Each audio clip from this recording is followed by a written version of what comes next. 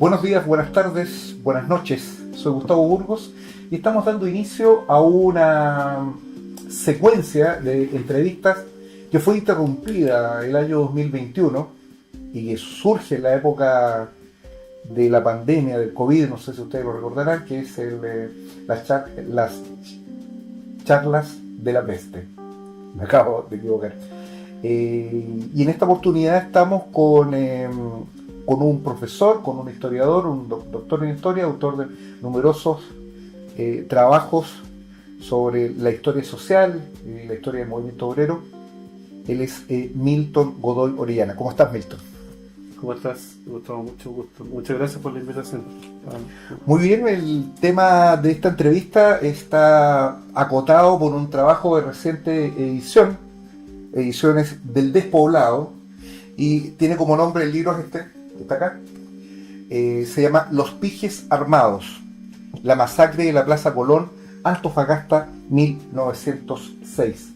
Se trata de un estudio referido a un hecho luctuoso de la historia del movimiento obrero y la historia social de nuestro país, que tuvo lugar en la Plaza Colón, en Antofagasta, que marca de alguna manera un umbral, que era algo que conversábamos antes del inicio de esta entrevista, a el movimiento obrero chileno, y que, como muchas de los episodios vividos por la clase trabajadora, han quedado de alguna manera sepultados. Hay un manto de olvido sobre estas cuestiones y también de mucha mistificación. Buena parte del entramado de derechos sociales que existen o que han subsistido hasta nuestros días provienen precisamente de estas luchas feroces que a fines del siglo XIX comenzó a dar desde su surgimiento la clase obrera chilena. Y uno de los hitos que marca este inicio es precisamente este hecho, que es materia, digamos, objeto de análisis de este libro. ¿Por qué escribí este libro, Milton? Bueno, este libro lo escribí puntualmente porque estaba trabajando en la región. Llevaba 12 años trabajando con diferentes proyectos sucesivos del Fondo de Ciencia y Tecnología. Me había encontrado con una masacre de obreros en la oficina Chile, Alemania, cerca de Tartal, que eran desconocidas absolutamente.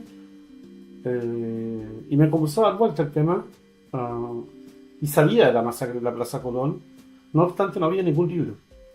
Era la masacre bastante obnubilada, en el sentido que la información no era de fácil acceso. Uh-huh.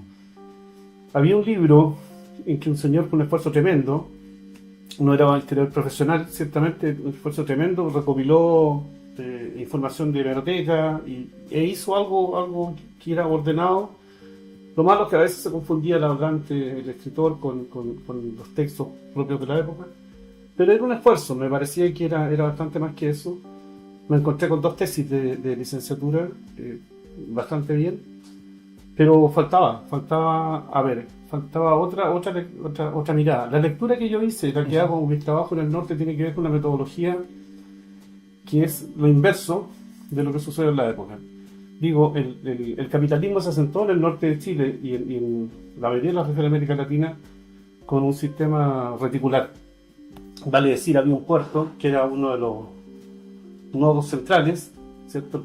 El puerto en Inglaterra o en Alemania es el nodo principal, nodos en las zonas de explotación, y desde allí un crecimiento reticular, como una red de un árbol, como una raíz de un árbol, que se introducía por el desierto con líneas férreas, con caminos, hasta los puntos en que estaba el bien que querían comercializar. Entonces, me parecía que ese modelo reticular era las oficinas salitreras, las explotaciones mineras, luego los nodos más importantes en La Pampa, de allí al puerto y del puerto a los diferentes lugares coloniales del mundo, neocoloniales, había todo un sistema. Me parecía que al reconstruir la historia del lugar, yo tenía que ir a los archivos de Inglaterra, de Francia, porque el capitalismo se estaba mirando desde allá. Uh-huh. A ver, este asunto fue primero un tema de que no había acceso a mucha información, se sabía poco. Se hablaba de una masacre de 10 trabajadores, 20 trabajadores por 15 minutos para almorzar, media hora. Había muchas versiones confrontadas. Eran trabajadores ferroviarios. Y la empresa era inglesa. Te fijas, el ferrocarril Antofagasta Bolivia era una empresa inglesa con centro en Londres, por ende la información tenía que estar allá. Fui a unos lugares clásicos para mí, que es la biblioteca de la Municipalidad de Londres, donde hay mucha información, ahí están todas las empresas del mundo, había poco ahí. Y después me fui a Kew. Kew es una localidad que está al oeste de Londres, en Richmond, donde está el Archivo Nacional de Inglaterra. En ese lugar encontré bingo, o sea, encontré 22 documentos extensos, telegramas y entendí la complejidad del tema. Donde la empresa propietaria del ferrocarril informaba a su empresa madre, Claro, cuál era la naturaleza del conflicto Absoluto. que había estallado en Antofagasta. En el fondo es lo que tú dices, pero además permite leerlo. ¿Por qué hablar de neocolonialismo en este caso? Porque son formas más complejas de procesos colonialistas, donde ya se trata de la ocupación armada del lugar, pero sí la manipulación a través de la Cancillería y a través de la diplomacia, a través de la cosa económica. Vale decir, esta red que tenía de intercambio comercial, ¿Cómo se llama la empresa? la empresa se llama el Ferrocarril Antofagasta Bolivia. Ya. Entonces, esta empresa, al igual que todas las que están en América Latina e inglesas, tenían un correlato. Es un ferrocarril que existe hasta el día de hoy. Así es, ahora la propiedad del ferrocarril actualmente es de las empresas de Fluxys. De Luxis, claro. Ese fue otro problema, pero te voy a comentar en el transcurso del tema. Entonces, comercial era el problema desde allá. ¿Por qué? Porque esta gente, aparte de controlar el tema económico, tenían una red diplomática que iba desde el cónsul de la localidad, era funcionario de las empresas que estaban ahí, trabajaba para ellos. El vicecónsul, el cónsul, el embajador, el Lord Canciller, eran toda una red de protección a las empresas. Y me fui quedando con cosas impresionantes. Por ejemplo, cuando se provocan los primeros pasos de la huelga, el gerente de la compañía, que es el gran culpable de toda esta cuestión, ¿no? El que asusó, enfrentó a los políticos chilenos para que hicieran algo más. Él mandó un telegrama urgente a Inglaterra solicitando 2 barcos de guerra para que ocuparan Antofagasta. O sea, y sin ningún problema, ¿te fijas? ¿Sí? Y no se los mandaron porque en ese momento no tenían barcos disponibles. Pero ya habían intervenido hacía menos de 3 meses, habían intervenido en Georgetown. ¿De cuántos trabajadores movilizados estamos hablando? Mira, eso es súper importante. Yo le llamo eso el factor numérico. El factor numérico está presente en todo tipo de manifestación cuando se lee desde quienes la pugnan por realizar el movimiento y quienes son los detractores. Un ejemplo, en Inglaterra se hizo en 2001 una gran huelga. Para muchos había asistido, no sé, 100.000 personas. Al día siguiente los trabajadores dijeron que eran 250.000, al subsiguiente eran 500.000. En Santiago, donde se provocó el 8 de marzo la gran marcha feminista, la policía hablaba de 150.000, las organizadoras 2 millones. El factor numérico siempre es tensionante, sobre todo porque además en el caso de las víctimas pareciera que una masacre es más importante cuando la cantidad de muertos es más grande. Claro. En circunstancia que el asesinato sea 1 o 200 del mismo valor, Desde digamos. el punto de vista moral. Claro, de la ética y la moral da lo mismo, digamos, igual de 1 a 100. Nunca sabes cuánto mataste. Toda masacre está asociada a la obnubilar, a esconder, a la fosa donde se botan los cuerpos y nadie sabe cuántos fueron. Entonces, estamos hablando de una reunión de aproximadamente, reconocido por diarios conservadores de la época, 4.000 personas. 4.000 trabajadores. Claro. Ya. Trabajadores, hombres, mujeres y niñas. Ya.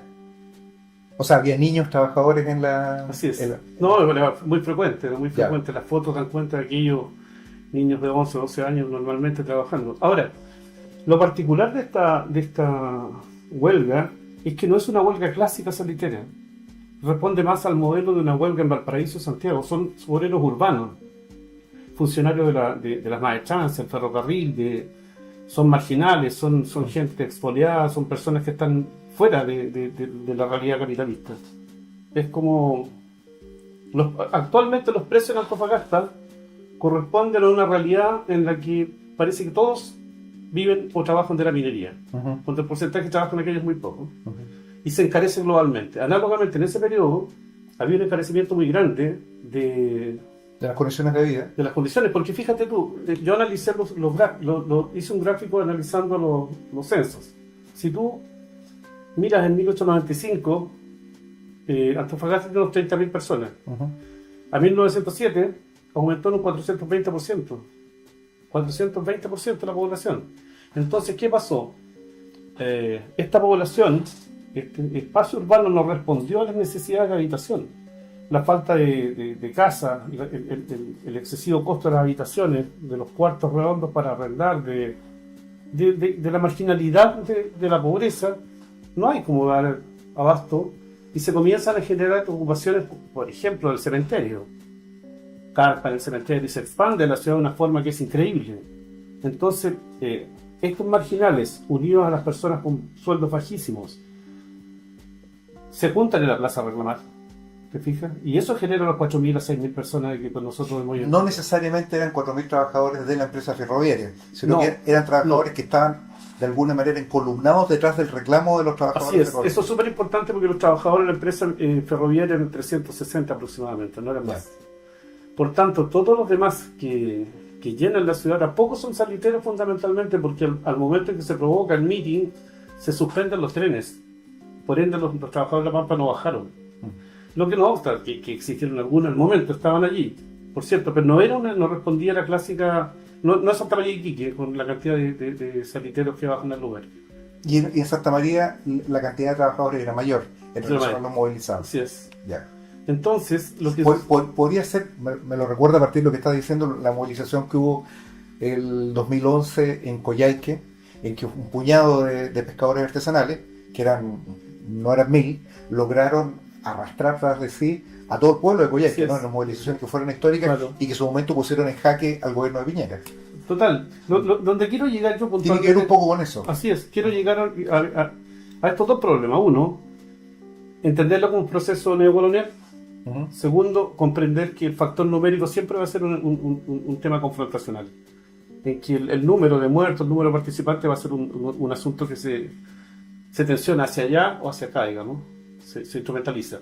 Pero además, una cuestión que es muy... entiendo el sentido que tiene cuando los historiadores dicen, mira, la huelga de la chaucha, qué sé yo, darle un nombre a la huelga. Pero también eso permite favorecer el punto de vista de quienes quieren ocultar esto. Uh-huh. Porque si tú dices, bueno, esperar por 15 minutos para comer es un despropósito. Sí. En el fondo no estaba esperando por 15 minutos para comer. Por eso me di el trabajo de leer el contexto antes de analizar la huelga misma. O sea, lo que yo quería mostrar es que los niveles de pobreza, los antagonismos de clase, estas condiciones extremas de supervivencia de los sectores populares ante un mundo que se presenta como la novela rosa. En muchas ocasiones el pasado salitero era el mundo feliz. Huxley quedaba chico, o sea, una cuestión que en definitiva tú tenías todo, venían los mejores artistas, era un mundo bastante dinámico. Probablemente en términos económicos lo era, pero la injusticia social era increíble. La desigualdad. La desigualdad. O sea, hablamos, mira, cuando Thomas Piketty analiza el caso de Haití a fines del siglo XVIII, de 1780 en adelante, uh-huh, se percata que la realidad de Haití, él dice, está en el límite de lo teórico. El 1% de la población tiene el 55% del Producto Interno Bruto. Uh-huh. Yo tomé el caso de Javier Rodríguez, que es un historiador uruguayo que trabajó el tema de la distribución del ingreso en Chile, un muy buen libro que publicó la DIVAN, y era lo mismo. Sí, es similar. Del 1 tenía el 50. Entonces, esa sociedad que vemos como en el momento de mayor expansión capitalista, que es la primera década del siglo XX, que tiene muchos bemoles, que tiene toda esta cosa de los teatros, esta cosa bonita, a mí me da mucha risa. Claro, cuando se recrean estos espacios de las antiguas saliteras, la gente está vestida muy bien y todo es ordenadito, en circunstancias que esto era bastante más complejo y mucho más tensionante, mucho más injusto, básicamente porque había unos pocos que vivían muy bien y los demás vivían muy mal, en condiciones de sueldo que son paupérrimas. Está la falacia del buen sueldo en la época del salitre. Con el costo que tenía allí no era tan bueno. Es más, tú no podías ahorrar siempre. Porque en la mayoría de los casos la gente de la salitera le pagaban con fichas. Por ende, la ficha es un símil del dinero para algunos, pero no permite el ahorro. la convertibilidad es súper acotada a la salitera misma. Entonces, todos esos factores daban cuenta de que este era un proceso mucho más complejo, de que una sociedad a comienzos del siglo XX, que queremos ver como modernizante o en un proceso de modernización, Sí. respondía mucho más a la caracterización económica de una sociedad esclavista tardocolonial del siglo XVIII. Y el conflicto y el hecho propiamente tal de la masacre de la Plaza Colón, ¿cómo se desarrolló? Si hubiese que contarlo de manera telegráfica, ¿qué pasó? Fue sencillo, se provoca, es por eso que el libro se llama Los Pijes Armados, ¿Ya? porque a mí me interesa mucho enfatizar a los responsables. Nosotros siempre, cuando hablamos de este tipo de cosas, centramos en esta cuestión inasible que es el Estado, ¿no? Uh-huh. Es un Estado represor. ¿Quién es el Estado finalmente? No, es una institución, una institución pero formada por personas finalmente, las Sí. instituciones que están personas. Las élites, en definitiva políticas, son las que controlan los procesos. Ahora, los represores aquí fueron élites paraestatales.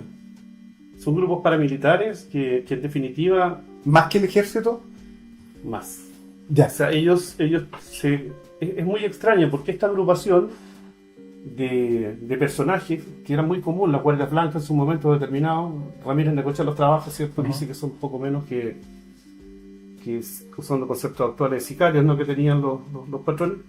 Aquí es mucho más complicado porque esta gente son grupos de jóvenes de la élite o subalternos o cercanos a ellos que funcionan como una verdadera policía autogestionada, pero armadas por el poder político. Uh-huh. El gobernador le pasó las armas, ¿cierto? Y las fueron a retirar al regimiento local. ¿Y estos eran muchachos jóvenes de la aristocracia? Muchachos jóvenes de la élite, cercanos, estos adláteres que yo le llamo, que son gente que está dentro de clientelismo, relaciones de trabajo, qué sé yo. Ellos se arman y salen a la calle. Es súper importante que esta meeting comienza muy temprano. Está hablando la gente, ¿cierto? En el momento preciso. Nos ubicamos 6 de febrero de 1906. 6 de febrero de 1906, en la Plaza Colón de Antofagasta. Antofagasta. Comienza un mitin. Sí, el meeting de la época, ¿no? Entonces, en la plaza, ¿por qué en la plaza además? Porque la plaza es el centro político, económico y social de las ciudades que se estaban creando en la época. Ya, hasta el día de hoy, ¿no? Hasta el día de hoy. Sí. Yo por ahí hago una cita de Bryce Señí que cuando dice que la pregunta ¿dónde queda la Plaza de Armas? Solo la puede hacer en América Latina, porque qué sé yo, en otros lugares hay multicentros.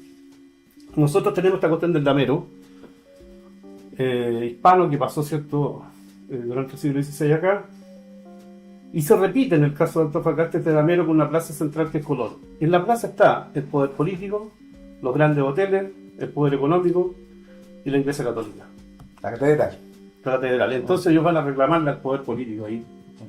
¿Te fijas? Se juntan en ese lugar, comienzan, como dicen la gente conservadora, las penoratas de cada una. Habla Recabarren en ese momento. ¿Está Recabarren? Sí. Sí, está. Increíble. Eso no se había contratado, sí está Recabarren. Él es testigo además de los temas, participa. Y él interviene como activista político, porque no era dirigente de los ferroviarios. No, yo pienso que él estaba en el proceso de su elección. ¿Te acuerdas que Sí. las elecciones van a ser en marzo? Él está dando cuenta de su candidatura. Está apoyando el hecho. Él habla y rápidamente se retira cuando comienza esta masacre. Y esto funcionó bien hasta que subió a una de las cosas que no pude yo elucidar en ningún momento. Estamos todavía en el día sábado. Estamos en el día martes 6 de febrero. Sí. Martes 6 de Perdón. Martes 6. Estamos el martes y dice que, comillas, la gente se desternillaba de la risa por un negro que estaba perorando. Es decir, un sindicalista de color, diríamos, Uh-huh. está hablándole a la gente en un inglés que nadie entendía. Y parece súper importante porque hay un intercambio. Te fijas, el gringo estaba contando su experiencia a los trabajadores cuando se provoca la Era un llegada. obrero norteamericano, sobre todo. Un obrero norteamericano. Ujú. Se provoca la llegada de estos pijes armados. Y la gente comienza a gritarle abajo los pijes armados. Y de ahí saqué el nombre del libro. Ellos ingresan, se ponen al lado del Club de la Unión. Según algunos historiadores, no sé, el grupo de trabajo, Jocelyn Holt, cierto, Correa y los demás, siguen a pie juntilla lo que dice el Mercurio y ellos ven un enfrentamiento. No hay enfrentamiento. O sea, las masacres no son enfrentamientos. Es la eliminación física del adversario, pues, hecha por un grupo de personas armadas. No hay resistencia, no hay nada. No tiene el rasgo de una guerra civil. No tiene recursos. Claro. No es un enfrentamiento, son dos que se están combatiendo. Dos facciones, claro. Entonces, lo que pasa es que ingresan, los comienzan a pifiar, probablemente sale un peñascazo más, uno menos, y uno de los pijes reconoce un anarquista español. ¿Cuántos pijes armados eran? Como 100. Ah, Los fusiles se los entregaron en... ¿Y tenían algún tipo de indumentaria, algo que los uniformara? No. Yo digo, la levita caracteriza su clase, ¿no? Andaban elegantemente vestidos. Elegantemente vestidos. Ya. Y ellos lo que hacen, son extranjeros también. Un español identifica a otro anarquista, a otro español anarquista, y se insultan, y dicen, se les sale un disparo, otros dicen, le disparó. La cosa es que se entiende que el disparo sale desde los pijes. Y particularmente el fusil que lleva este español. Así es. Dispara, cada un herido, dispara de nuevo, y la bala cruza, y le llega a los representantes del ejército que estaban al otro lado. Ordenan fuego, y a la gente atrapada al medio y les dan a todos. Ahora, yo creo que eso no fue producto de la casualidad.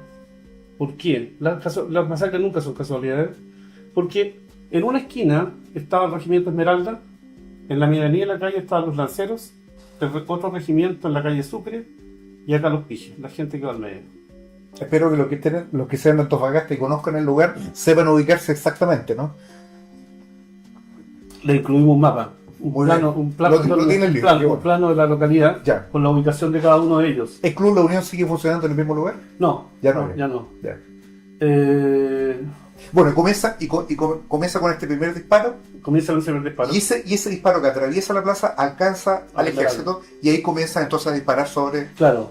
Y si ahora aunamos la pregunta tuya, que está re bien para este tema, ¿cuántas personas eran? Si eran entre 4.000 y 6.000 aglutinados en una plaza, y tenemos alrededor de 450 personas armadas disparando al unísono durante 8 minutos, no pueden decirme que hayan muerto. No. Entonces, tenía que en alguna parte más allá de no alcanzaron a huir, la gente trató de huir. Había militares. Ya. Pero sí un grupo salió arrancando en dirección a la oficina de la compañía de ferrocarriles, ahí estaban los militares también. ¿No trataron de asilarse en la iglesia? Sí hubo intento de aquello. Según algunos, qué sé yo, se abrieron las puertas de la iglesia. Es bastante nebuloso aquello. Ya. Pero la masacre fue brutal. O sea, yo tengo algunas versiones de la gente que llegó después. Y tenía que ver un elemento que me parecía poco interesante, nuevamente el factor numérico, pero sí tenía que decir algo, dado que el comandante que ordenó la masacre habló de 10 muertos. Pero hay unos datos cualitativos que me... ¿Quién es el comandante? Es muy interesante eso. Se llama Sinforoso Ledesma. ¿Y por qué interesante? Lo voy a tomar después. Ya. Lo que hicimos nosotros con mi equipo fue, en primer lugar, atender a múltiples informes. Me encontré cuestiones espectaculares. Me encontré unas memorias de un señor que estuvo de testigo y que en 1970 lo entrevistaron, y la entrevista quedó guardada y yo tuve la suerte de encontrarla. Y estaba muy bien, me dejaba muy claras muchas cosas. Y todos los testigos in situ hablan de que aquella noche subían y bajaban las carretas con cadáveres. Y yo preguntaba, bueno, si son 10 muertos, ¿por qué tantas carretas? Entonces logramos obtener un dato que fue radical. Hubo un señor que había sido un combatiente de la Guerra del Pacífico, prestó 2 carretas saliteras. Los estudios de época acerca de las carretas saliteras y los sistemas de transporte dan cuenta que una carreta salitera es un vehículo que permite 2.050 kilos aproximadamente. Como una... 2 toneladas. Como una camioneta actual, como una pick-up. 2. Subieron y bajaron entre las 7 y las 11 de la noche, y muchos diarios dicen a las 11 de la noche se acabó el traslado de los cadáveres. Es decir, tuvieron 4 horas trasladando cadáveres. Determinamos que la distancia de la plaza al cementerio es de 1 kilómetro. Y también determinamos con los estudios de los sistemas de transporte de la época, fundamentalmente las carretas saliteras, que una carreta se desplaza a 4 kilómetros por hora en La Pampa, en la ciudad puede ser más rápida. Entonces teníamos el tiempo, teníamos la cantidad de carretas, y en función de aquello determinamos que en la época, según los censos, una persona mide 1,66 m. En esa época. Por tanto, debe pesar entre un rango de los 60 y 80 kilos. Buscamos los dos máximos posibles, vimos los viajes que se podían hacer, que el 1632, y determinamos que los muertos eran entre 240 y 360. Bajamos al mínimo 200, como una cifra mínima. Entonces, una cifra mínima creíble es de 200 a 250 personas. El bingo estuvo cuando encontramos documentos de los británicos y decían que eran más de 100 muertos.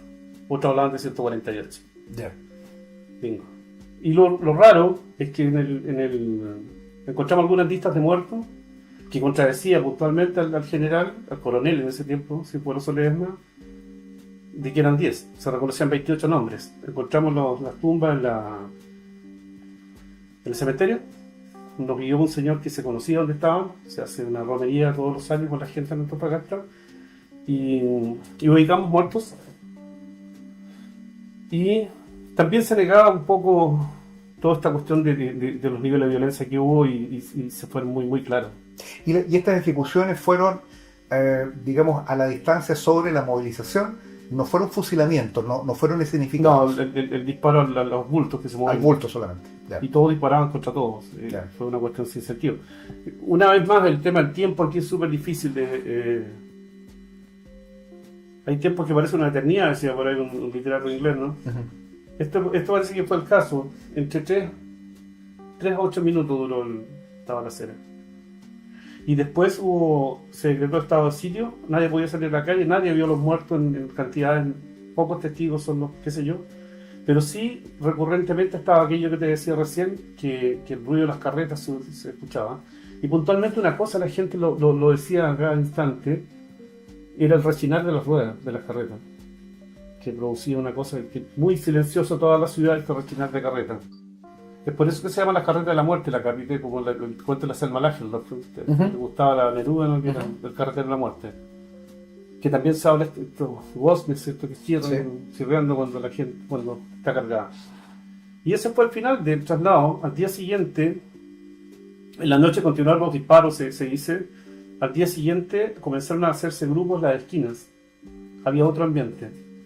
Y la poblada se enardeció, o sea, con unos niveles también de locura que son importantes. ¿Cuál fue la respuesta popular a esta masacre? Fue complicada porque grupos de personas se apostaron en las esquinas, en estos corrillos, como dicen los diferentes periódicos. Yo trabajé como 50 periódicos de diferentes partes que mostraban información. Porque la prensa es siempre una fuente poco confiable. Sí, siempre una fuente poco confiable. Claro, hay que confrontarla mucho. Sí. Tiene que ser, claro, es fácil seducirse por uno de lo que diga uno de los testigos, pero es complicado. Uh-huh. Bueno, tú conoces mejor que yo. Una cosa es el testigo de oídas y otro es el testigo in situ. Presencial. Entonces, la prensa, los judiciales, muchos judiciales, los oficiales, los temas ingleses, hice la traducción del tema para ordenarlo. Entonces, tengo a la gente el día miércoles en la mañana 7 que comienza a reclamar. Y pasa un individuo, lindando el mediodía, un individuo que para mí era el hijo de un inglés que trabajaba en esta empresa, en la del ferrocarril. Un obrero inglés, funcionaba como estafeta. Uh-huh. Va caminando, lo pilla una multitud enardecida, lo atacan y lo descuartizan. Se ensañan con él. Y las patadas dicen que al final no es claro, lo remata un policía porque estaba sufriendo mucho. Y ahí empieza un asunto que no tiene... Quemaron la tienda más importante, la Chupalla, la quemaron completa. Uh-huh. El periódico El Industrial, que era Proclive, se identificaba con diario burgués, lo quemaron completo. Quemaron las casas de los ricos. Me encontré fuentes de la familia sí. de los pijes armados. Sí. Los pijes se escondieron todos. Es decir, comenzaron a aparecer en los diarios, yo, Juan Pérez, nunca participé de esta cuestión, se me está acusando, nadie tenía nada que ver, nadie fue. Finalmente nadie participó. Nadie fue. Bien. Entonces, Todos votaron que no. todos votaron que no. Claro. Entonces estaba un personaje, no sé si tú lo ubicas, Salvador Reyes, el literato. Sí, sí. Él tenía 11 años, iba de la mano de su padre, Arturo Reyes, corriendo, le había quemado la casa, y recuerda cómo cuando corrían, caían los muertos por la balacera que se estaba armando el segundo día, para matar a esta gente que estaba saqueando, y estaba quemando, y estaba haciendo... Se ataca al consulado peruano. El consulado peruano, porque el cónsul, el vicecónsul participó en el grupo de los pijes armados, lo habían identificado, él dice que no, y bajan el escudo de armas y lo empiezan a patear. Y eso me hizo clic, porque era 1905, las relaciones diplomáticas con Perú se estaban restableciendo recién. Tratado Ancón, el año pasado. Claro. Y no tenemos el tratado de 1929 todavía. Claro. O sea, la tensión es súper importante. Y yo dije, bueno, si esta cuestión de patear el escudo es un tema para que los peruanos hagan algo. En un viaje a Lima, me fui al archivo del Ministerio de Relaciones Exteriores de Lima a buscar. Bingo. Había un informe acerca de la masacre, hecho por el vicecónsul, y él cuenta la otra perspectiva, que es secreta además, no tenía por qué mentir. Ya. Y cuéntala cómo fue la masacre. No difería sustancialmente lo que decían los trabajadores. Se reconoce, por ejemplo, todas las fuentes reconocen que los trabajadores fueron pacíficos, que no agredieron, que no hay un enfrentamiento, que fue la masacre. Entonces, con esos documentos, más los ingleses, logré ir aclarando el tema y logré posicionar a estos militares que tú veías, ¿cierto? Te mostraba Este Sinforoso Ledesma. Pero cuidado, están estos militares mandados por un capitán, que era del Valle del Elqui, que llegó también a general después. Pero Sinforoso Ledesma está dialogando con un grupo notable de la localidad en que está Harry Achel, que es el gerente de la empresa, está el obispo de Antofagasta, está el vicecónsul británico y está y Sinforoso Ledesma. Ellos están buscando una forma de solucionar el problema, y cuando están buscando la fórmula dicen que escuchan los balazos.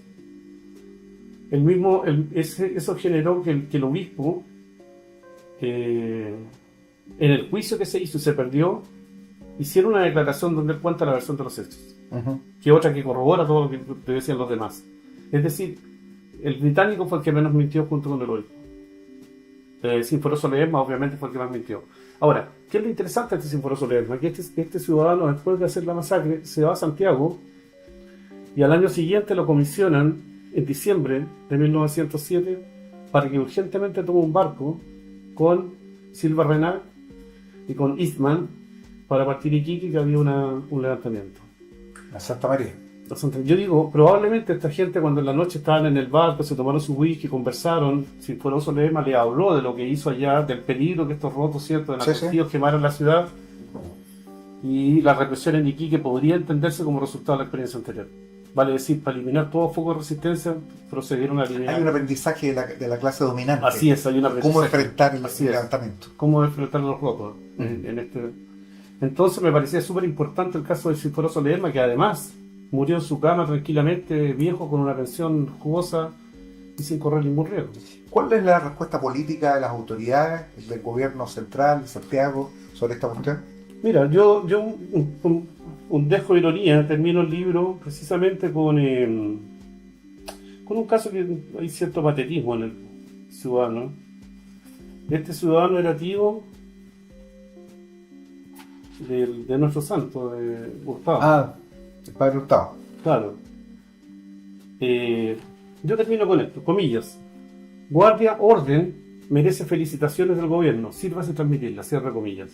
Escribió Miguel Cruchaca Tocornal en su pulcro, tranquilo y seguro despacho del Ministerio del Interior al intendente Daniel Santelice. Lo felicito. ¿Te parece que era el mejor proceder? Ahora, el señor en cuestión sabía de los muertos. Tenía clara la película. Pero es la concepción que tienen de los rotos. Por eso la nuda vida, ¿no? Por eso ir un poco más allá para comprender cómo la élite chilena es capaz de construir estos monstruos que reprimen al pueblo, y además formado por gente del mismo pueblo. Si tú te pones a pensar la soldadesca, como le llaman, y la marinería, son gente del pueblo, con un nivel de adoctrinamiento tal que son capaces de atacar a los suyos en función del orden y de la patria. Sí, son cosas que siguen vigentes hasta el día de hoy en idénticos términos. Así es. Esto, Y eso, disculpe, y eso sí, es súper importante lo que tú dices también, porque para eso tenéis que construir un monstruo. Y el monstruo que se construyó en la época fue el anarquista. En los tiempos contemporáneos fue el comunista. claro. Y ahora, de nuevo, un poquito anarquista. Claro, ahora nuevamente sí. el anarquista. Sí. Los comunistas están un poco más... Los comunistas están sistémicos. están más sistémicos ahora, sí.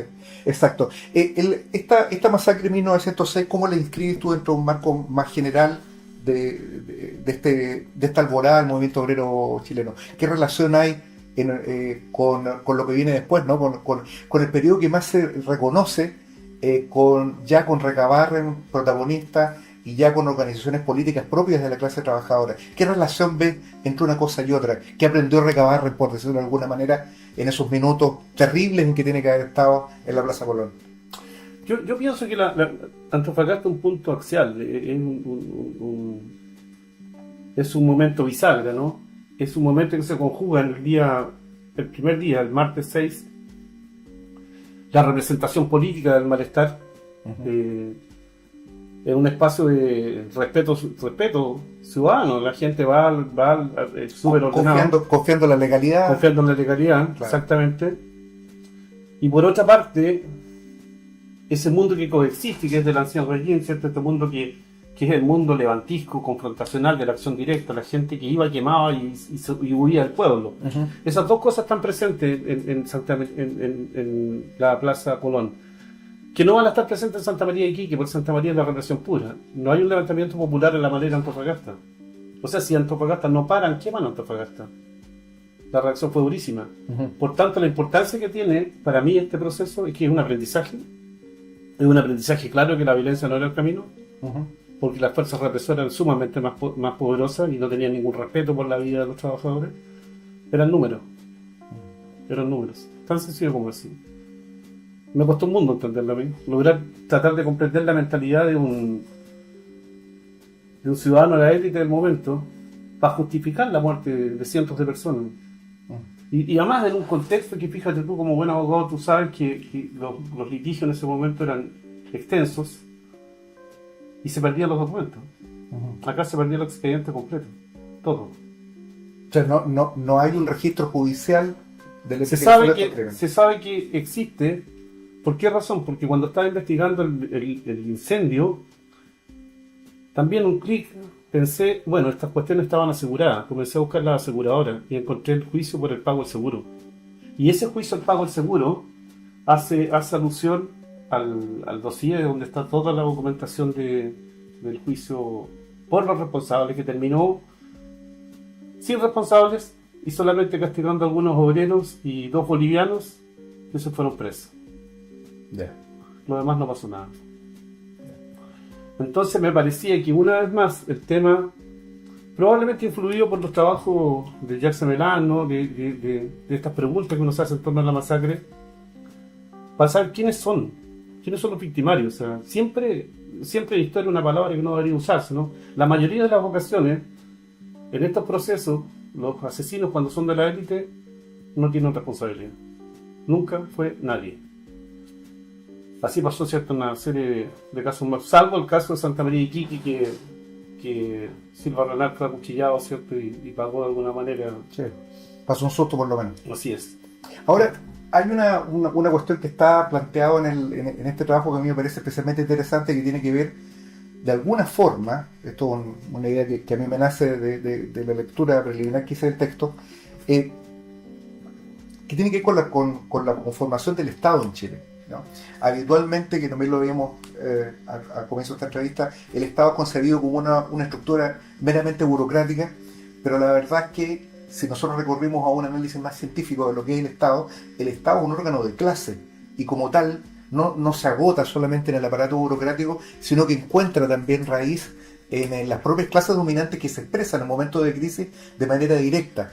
Estos pijes armados prefiguran y que se repiten en varias masacres, no solo en Santa María, en La Coruña, ¿no? Hay una expresión, ¿no? que se utilizaba, creo que en Santa María, que es en Iquique, la de Palomés rotos, ¿no? Cuando iban huyendo ya hacia la Pampa de nuevo, derrotados, estos pijes armados, me figuro, se ponían a dispararle a los que se retiraban.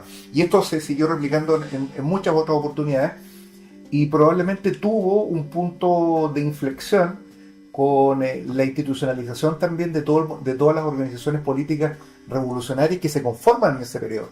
Pues yo creo que una parte importante de la adhesión que tiene Recabarren unos años después de esto a la Revolución Rusa, y al programa marxista, a la concepción de la dictadura del proletariado, a la conformación de un gobierno obrero, tiene que ver con esta experiencia donde el Estado se ve en su hueso, digamos, en su dimensión. Claro.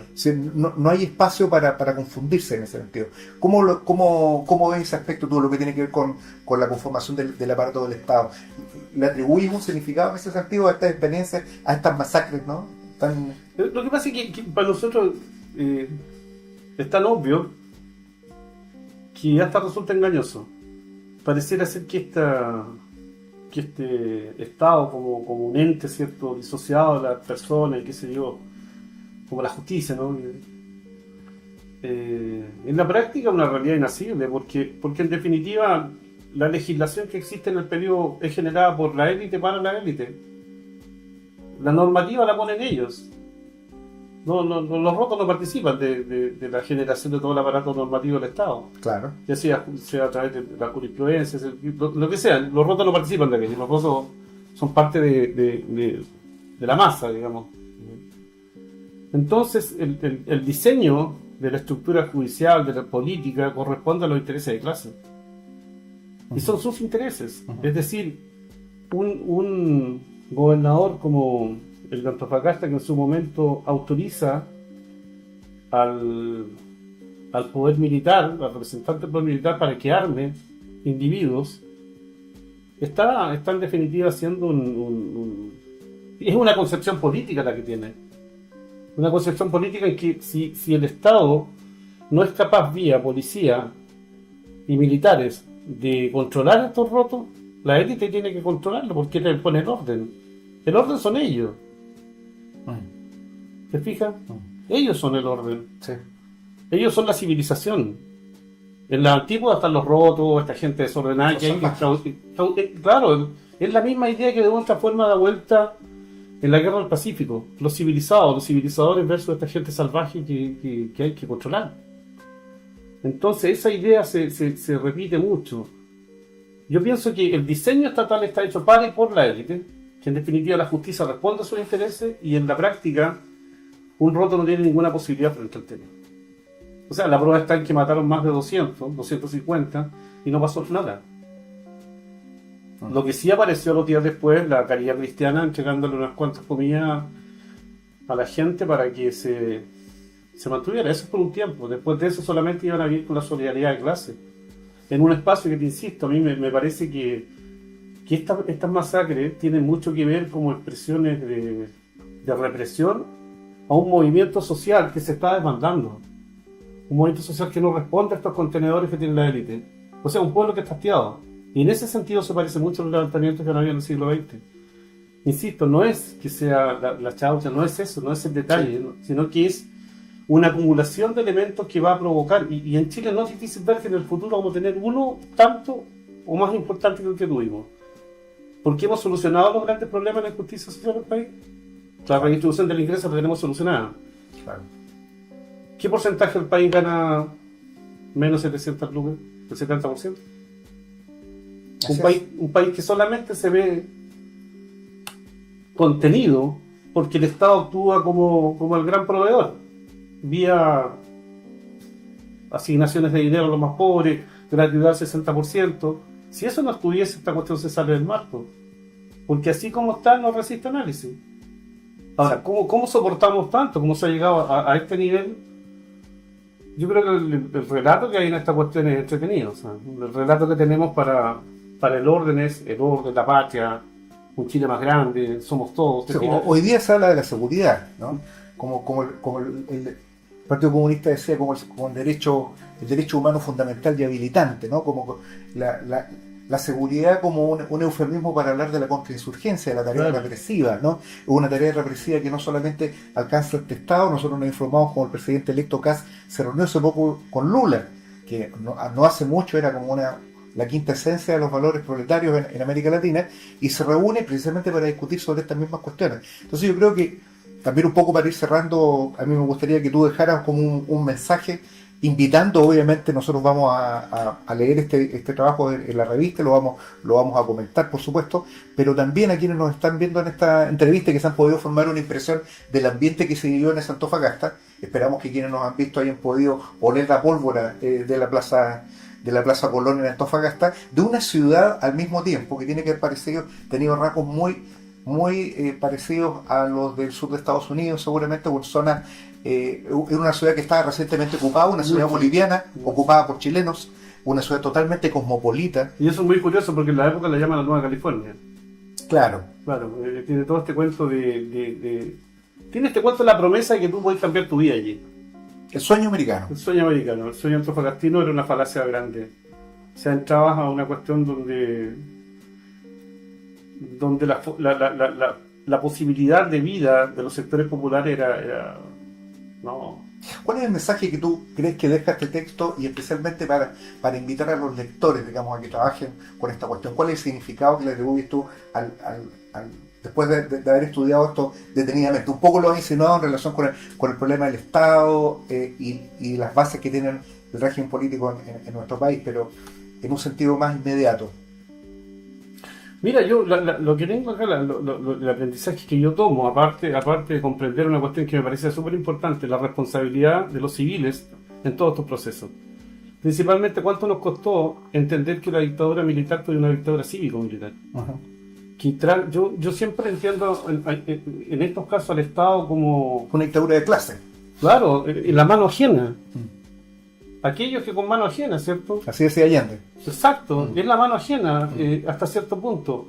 Los militares bien cuidados en el contexto de la sociedad, con sistemas de previsión totalmente diferentes, con colegios para ellos, con qué sé yo, están en una condición que deben cuidar el orden. Ahora, creo que la mayor instalación discursiva del control ha sido el orden. Que puede ser un orden que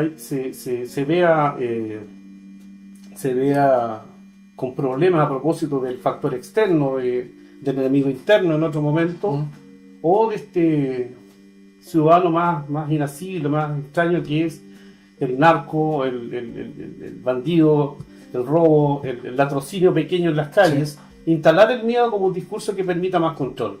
Y un control que definitivamente es solo beneficioso para las élites dominantes, ya sean élites de izquierda dominantes o de derecha dominantes, las élites. Cuando se confunden, lo que se vuelve un poco más homogéneo.